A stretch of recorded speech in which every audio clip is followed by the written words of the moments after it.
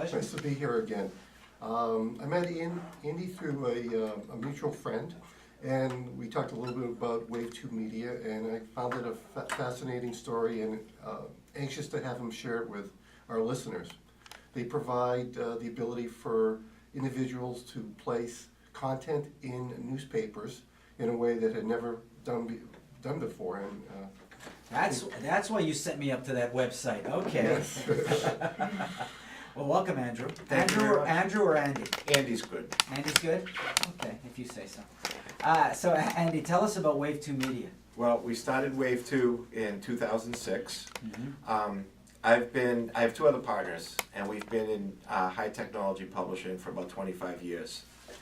And during that time, we've been with a few different companies, and we saw some software that we thought was amazing back in 2005, and decided we could make a go of it. It was very impressive. A small company in England called Wave 2 developed a software which allowed people to publish anything really. Magazines, brochures, anything that you could actually publish, this software could handle. And with our experience with newspapers, we thought it would be a great idea to start a company. So the three of us, with no venture funding, no outside capital, decided that we would make a go of it. And that was 8 years ago. And today we're in over 150 different newspapers in the United States. We're doing very well revenue-wise. It's a very solid business, and we're really pleased with the results. Why don't you give an example of how... Right. Make it concrete for me. I'm a prospect, so I need to understand how you're going to help me. Okay, so the traditional manner in which newspapers published any type of advertisement, and that advertisement could be a celebrations ad, it could be a real estate ad, it could be an automobile ad.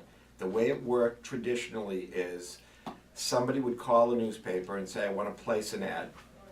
The newspaper would have graphic artists on site, create the ad for the people, send it back, proof it, get the corrections, take it back in again, correct it again, and this could go back once or twice. It could go 3 back, times. Could go back 9 times. Touches some of my history, yes. And when the ad was finished and the user proves it, the newspaper's going to give them a price. And at that point, the individual can say, I'm not paying that, and drop the whole thing.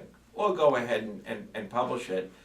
But the point is that the newspaper spent a lot of money to have that ad created.